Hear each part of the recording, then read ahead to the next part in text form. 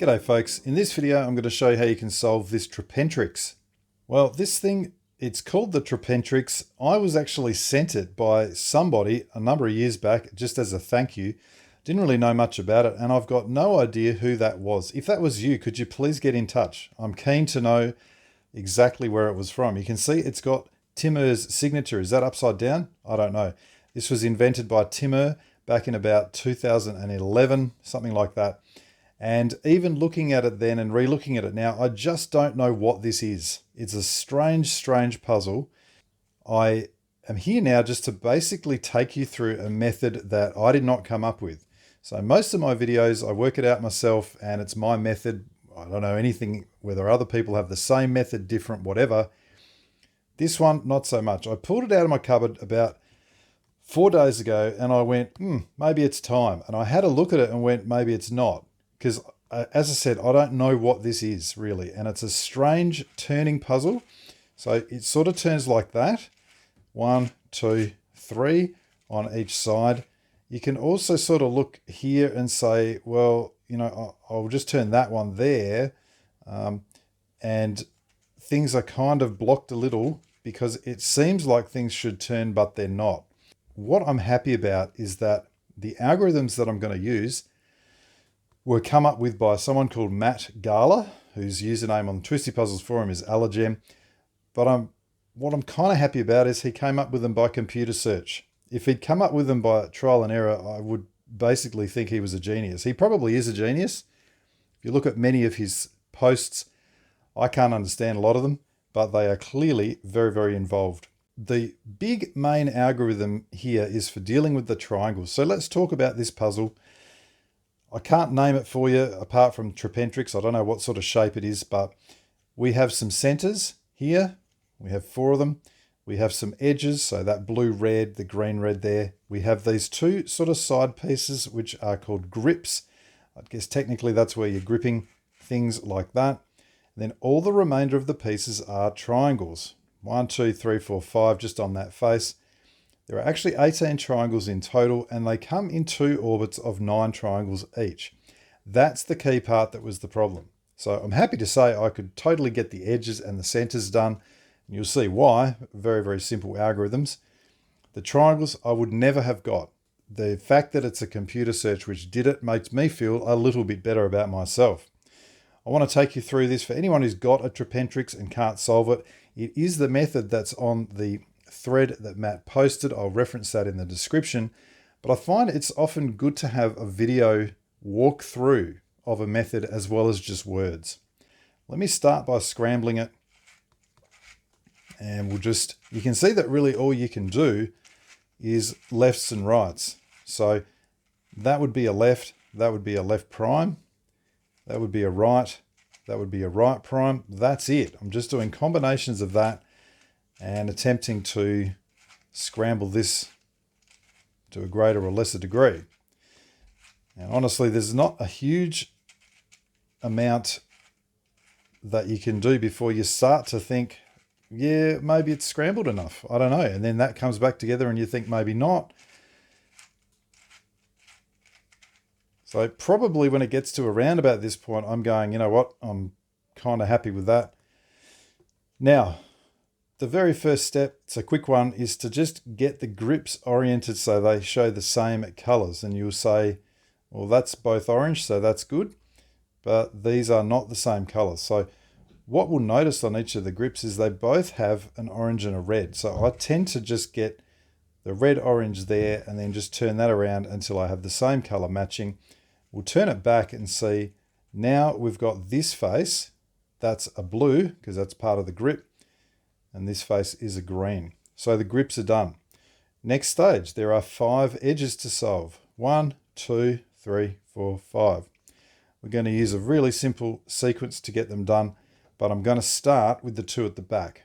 So this one here is looking at the colors, not of the centers, but of the outside grip parts here. This should be a blue-orange edge. And you can see that that blue-orange edge is there. Well, I want to do the work on these 3 edges. So initially, I'm just going to set up and put that blue-orange edge there and maybe I'll take it over to this one here. So it's simply down, down, up, up.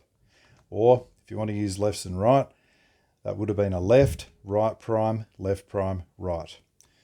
Okay, so I'll undo that setup to put it back. That's the blue orange. That's where it's got to go. So again, another setup. Now I just want to move that across to there. This time I'm always looking for piece movement 1, 2, 3 or 1, 2, 3, whatever. So in this case, that's got to go to there. So it's that direction. So down, down, up, up. Done. We'll undo that setup. How do we know that it's correctly undone? Because the grip colors are still where they should be. So that blue orange is in. That orange green is also magically in. It wasn't there before, but it is now. And that will leave us 1, 2, 3 pieces to finish. This is supposed to be orange red. Well, that's there. So now just bring that one down to this position. And that now looks much, much clearer as to what's going on. All the edges are solved. Now, unfortunately, all the centers are solved as well. So I'll just set up as if they weren't. Okay, here's one example of where the centers are not solved. You can see we've got a swap there and a swap there. So what do we do to solve these centers? We simply do 3 of the same move for the edges. So down, down, up, up, times 3. Whoops, that's my fault. I'll just pop that back in. Okay, now you can see clearly why I found the algorithms for the edges and the centers, because they're very, very simple. What about if the centers weren't directly swapped? Okay, well here we've got a scenario where on the red face is a green center, on the orange face is a blue center. There's my red center on the green and my orange center on the blue. Looks completely, how are we going to deal with that?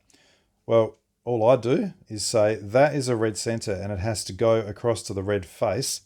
So I'm going to turn, using a setup, the red face to receive it, and you'll notice it automatically has the correct center for this face. So those two will now swap, and exactly the same thing is going to happen here with the blue-orange. Now, it doesn't have to be this way. We can go right first when we do it.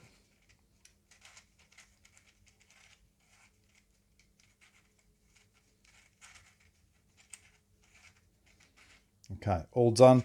When I undo that setup, you can see that the centers are in. If you were just figuring out this yourself and you got to that point, you'd be thinking, oh man, I'm just about home. Not so fast. This next part is the hardest part, and this is the bit that the computer found. I said there were 18 triangles, 2 orbits of 9. So just let me point out the first orbit of triangles. We have these 2. 1, 2, 3 here, that's 5, 6, 7, 8, 9. Now, the second orbit will be found if I just spin it around like that and look at the same thing. So 1, 2, 3, 4, 5, 6, 7, 8, 9. It doesn't matter which one we start with, we're going to do all triangles in one orbit, one at a time. Now, in terms of the direction of the pieces, what the algorithm that was found was a 7 cycle. And that means it's moving 7 pieces along a path. And in terms of the path that it's moving, this was piece 1. So if this piece is counted as piece 1, where did it go? Well, that piece went to piece 2 here, which went to 3 here, to 4 here, to 5, to 6, and to 7. Now you'll notice that those 2 pieces at the back were not included. And for that reason, those 2 pieces are the ones that we want to get done first. So I'll take you through the 7 cycle, and just before I do that, I just want to explain about doing these 2 first means that once they're done, we can kind of forget about them, and just all the other remaining 7 pieces will be in this 7 cycle. But first, we've got to go, well, this needs to be green. Each of these needs to be green. What we're going to do is place this one first, and then we're going to place this one second using the same technique. The way we want to place it is to actually have a piece right there, which is really nice that I've got that for the first go. Once it is in this position, which you may recall is position 3, I want to do a setup just like that. Now looking at the numbering, that puts this piece to position 1. Where is position 2? Right there. And when I undo that setup, it's going to have that green piece going back into the first position. On Matt's page, he calls that piece A. So that's perfect. That's what we want to do first. So that's my setup. I now want to carry out the algorithm. The algorithm initially looks like no one could possibly remember it. I'm here to tell you, yes, they can. It's actually incredibly quick to get into your memory when you start using this. So I'll put the algorithm on screen if I haven't already. You can see that obviously we're alternating left and right. The way that it's bracketed is showing that some moves are anti-clockwise, or as my American friends would say, counterclockwise, and some moves are clockwise. Now, when you think about it like that, what you've actually got is 2 anti-clockwise, followed by 3 clockwise, followed by 4 anti-clockwise, followed by 3 clockwise. And you do that entire thing twice. So if we are just thinking about the first move there is an L prime, a left prime, which means I'm going like that. If I remember that, I have groups of clockwise and anti-clockwise moves. So I have 2 anti-clockwise, followed by 3 clockwise, 4 anti-clockwise, and then 3 clockwise. In other words, 2, 3, 4, 3. And the first move is L prime. So if I have L prime 2, 3, 4, 3, and I know that I'm alternating left and right, that is how I'm going to remember it. L prime 2, 3, 4, 3 twice. So let's see how this works. So 2 moves of anti-clockwise starting with L prime. So left prime, right prime. There's my 2 moves of anti-clockwise. Then it was 2, 3, 4, 3. So it's 3 moves clockwise. And I finished with a right. I need to alternate. So I'm now going to start with a left. So left, right, left. Next, I need 4 moves anti-clockwise, and I just finished with a left. So now I need to go on with a right. So it's right prime, left prime, right prime, left prime. And then it is 3 moves clockwise. I finished with left.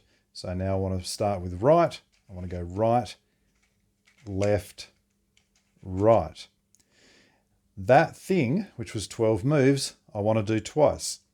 So I'm going to repeat L prime 2, 3, 4, 3. In other words, left prime, right prime, left, right, left, right prime, left prime, right prime, left prime, right, left, right. That is done. You can see that the green piece that was sitting here has moved across to position 2. When I undo my setup, that is safely tucked away in what is called position A. So we've really got A, B, and then the other 7 pieces in this orbit. So the algorithm for placing these triangles is L prime 2, 3, 4, 3. You can memorize the longer method if you want, but that's the key thing. L prime 2, 3, 4, 3 twice. Now, once we've got piece A, what do? We move on to find piece B and place it in the same manner. Now, this is not piece B because this is part of a different orbit. So what we're looking for, or in fact, it's not piece B, it's not position B, it's not a piece in this orbit of triangles. That's what I meant to say. This green is a piece in this orbit of triangles. Now, it depends where your next green piece lands as to the sort of setups that you may or may not have to do. You remember that the first one we had was sitting here in position 3. So all we had to do was turn down and we were ready to move it. Well, this one is currently in position 4. So remember 1, 2, 3, 4, 5. It's in position 4. Well, anything that's in position 4 or position 6 can be moved to position 3 with a single setup. So now we have the scenario that we had before, where this is already in position 3. I can do a left turn to now put it in position 1. Now, with this piece, when we did it, we moved position 1 to position 2 and it landed there. What's going to happen now? Well, our second green piece is going to go from position 1 to position 2. Okay, that's good. Where does position 2 go? it goes across to position 3. And that is perfect. And that's why we want to do this piece first and then this one. So I've done my 2 setups. Now I want to carry out that exact same algorithm. L prime 2, 3, 4, 3 twice. Left prime, left, right, left, right prime, left prime, right prime, left prime, right, left, right. And do it again. Left prime, left, right, left, right prime, left prime, right prime, left prime, right, left, right. You can see that the green piece that was there has moved to there. This one has moved to there. I'm now going to undo that setup, and I can see that there's another setup to undo, which I will do there. And all the edges and centers and everything else is where it should be. But we now have those 2 first pieces called A and B in their position. Now, as Matt says on the thread, you could theoretically just kind of go, well, now I've just got to go and get those the pieces 7 cycled home. For example, if we look at where the pieces are, this one is 1, this one is 2. So they're always going to be next to each other. So if I did this iteration of the cycle, the next one, they would be in 2 and 3, then 3 and 4. So 2 and 3, 3 and 4, 4 and 5, 5 and 6, 6 and 7. I'd have to do 5 cycles. Well, I could certainly do better than that by going backwards. If they're currently 2 and 1, then I could do the reverse and go to 7 and 1, and then reverse it again and go to 6 and 7. So 2 cycles is really the maximum that I'll need to do here. But I also want to think, is there a better way to approach this? So what we're going to look at here is the possibility of setups again. So position 2, position 1. What happens if I turn, because what I kind of meant to say then is what we really want to do is try and get both of these blue pieces into that position. And the reason for it is when we've done that, we're either going to have the remainder of the triangles in this orbit solved, or we're going to have some swaps. And it will be very clear to see which one it is. So that's what we're aiming for now. So let's say that I do a setup to here, and we'll have a look, where does that leave my pieces at that point? So this is still position 2. That hasn't moved. Where's the other one gone? The other one's gone to position 7. Right, so if I carry out the algorithm at this point, what happens? The 2 goes to 3, and the 7 will go to 1, which is actually this position here. So the 2 would certainly fill one of those blue spots. You can see when we move that back, that one would become actually position 6, and that blue would be done. The other one, which was in position 7, would actually cycle through to position 1. Now, when I turn that back, that lands in position 5. So I look at that and I say, well, it sort of gets me one of them done. It may be the best thing to do. It may not. Let's have a look what else might happen. If I turn, instead of turning it, what I did then was turn it that way. What if I turn it the other way? What have I got here? I've got position 2 and 5. So the 2 will go to 3. The 5 will go to 6. Now, that means I'm going to have blue pieces there and there. Now, when I turn this back, just keep in mind, those will be the 2 pieces occupying, which way did I turn it? That way, like that. So in actual fact, let's have a think, will be there and there. I'm turning it back. So I'll have position 3 and position 4. So I will have gone from, what have we got here? Position 1 and 2 to position 3 and 4. So I kind of go, yeah, I made a little bit of progress, better than doing one algorithm. But at the end of the day, it looks to me like the easiest thing here will be to do 2 algorithms in reverse. It is confusing with that piece there. That is not part of this orbit. It's this one and that one there. So I'm going to do 2 algorithms in reverse. Now, the nice thing about the reverse algorithm is you remember normally we start with L prime and we do 2, 3, 4, 3. Well, to reverse it, we start with R prime and we do 3, 4, 3, 2. So let me take you through it. When I'm done, instead of having pieces in position 1 and 2, they will be in position 1 and back here in position 7. So let's see how we go. I'm doing R prime, 3, 4, 3, 2. So 3 anti-clockwise, R prime, L prime, R prime.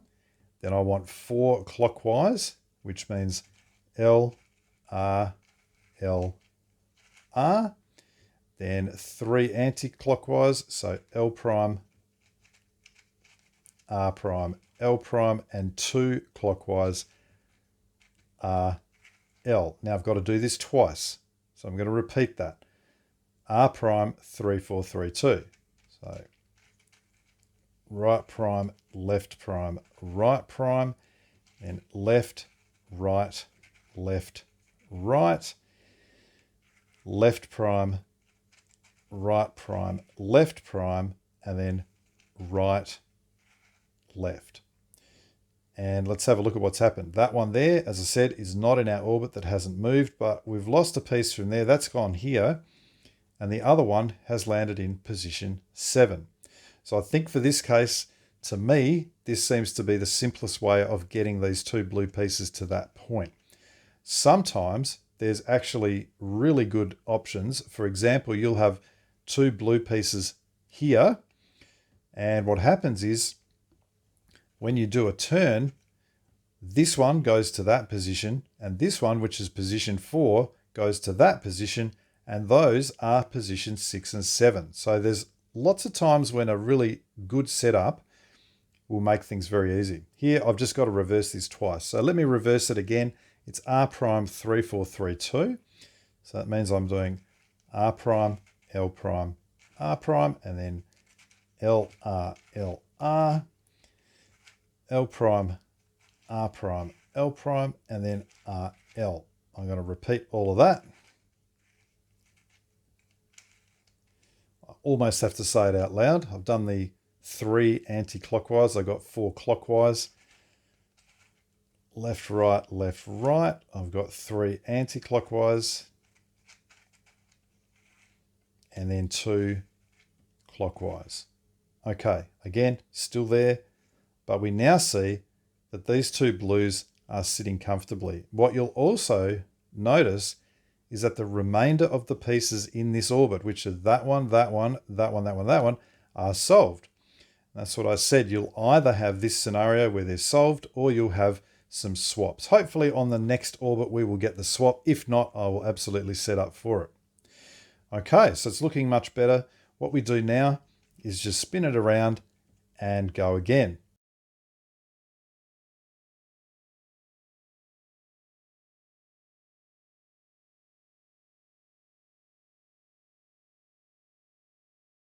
Okay, next thing. Oh, is this the one where I was really happy with how it was? Yes, it is. This is fantastic. I'm so glad this happened. All right, these 2 green pieces are in position 2 and 3. You would think ordinarily, oh my goodness, I've got to get them to 6 and 7. It's about as far away as it could possibly be. But if I do a setup like this, now this is position 3. So that piece will go there. This other green one has gone to position 4. Where does that go? Well, that goes to position 5, which is here. So the pieces will land in those 2 positions. When I turn them back, they will be 6 and 7. That's why I said 2 and 3. It's just a beautiful thing. One setup move, and away we go.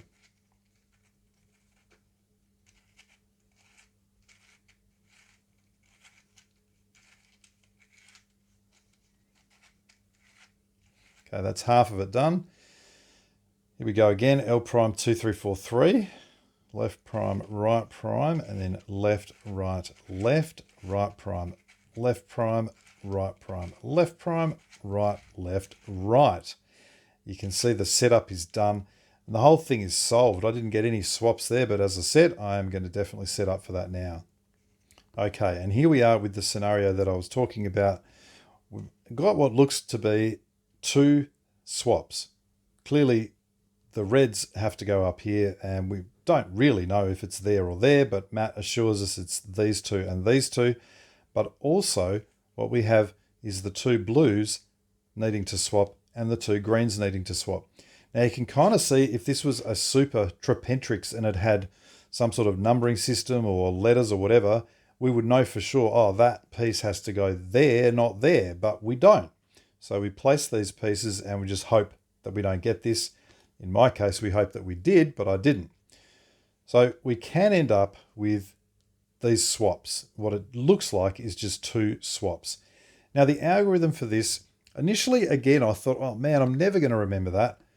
But I've read what Matt wrote and it works out quite nicely. It's another of these things where you can very much shorten what's going on.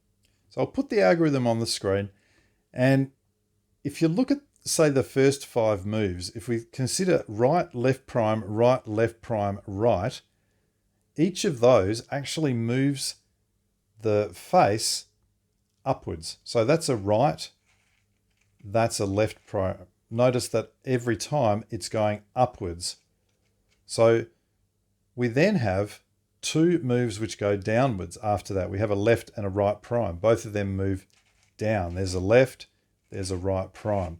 And you can see what's happening with this algorithm is that it alternates between upward turns and downward turns. So I'll remember to start with a U. So I'm going to start with an up turn. And I'm going to do 5 ups, 2 downs, 4 ups. Then there are 1 each of down, up. And that's why the 1, 1, 1, 1 looks like it does. And then we reverse it. We go 4 downs, 2 ups, 5 downs. So the shortened form is going to be up 5, 2, 4, 1, 1, 1, 1, 4, 2, 5. You might think, well, I still can't remember that. And I kind of did as well. But I'm telling you, if you do a few solves of this, it'll be pretty much ingrained. Now, the last thing before I do it is to say, when I say up, is it left or right? Well, it actually doesn't matter. You can do either. I always do left. If you do right first, you will get the same result. If you start with a down and do 5, 2, 4, 1, 1, 1, 1, 4, 2, 5, you will actually swap the triangles in the other orbit. So we definitely want to start with an up. So let's have a look. Up, 5, 2, 4. So 5 up moves. So 1, 2, 3, 4, 5. Then 2 down moves. Well, I finished with a left, so now I'm going to do down, down. Then 4 up moves. Up, up, up, up. Now I need to do, and remember that I finished, I've actually got to go back and think about this. I did 5 up moves, so I finished on the left. 2 down moves, so I also finished on the left. 4 up moves, right, left, I finished on the left. So my next one is down. So I've now got to do 4 moves which go down, up, down, up. That's the trickiest bit for me to remember. I always get confused with that one. And now I got to do 4, 2, 5. Well, I just did an up, so now I got to do 4 downs. 1, 2, 3, 4. 2 ups. 1, 2, 5 downs. 1, 2, 3, 4, 5. And you can see that it has absolutely somehow magically come together at the end. Like I said at the start, I'm glad these were found by computer search, because there's no way I would have ever found anything like this. But it's pretty cool. And if you do a lot of solves, you will see that it does get ingrained into your muscle memory. So anyway, there is the Trapentrix. That's how I go about solving it based on Matt Gala's method. I hope that's an addition to what he's written there. It just complements that. In any event, thanks for watching.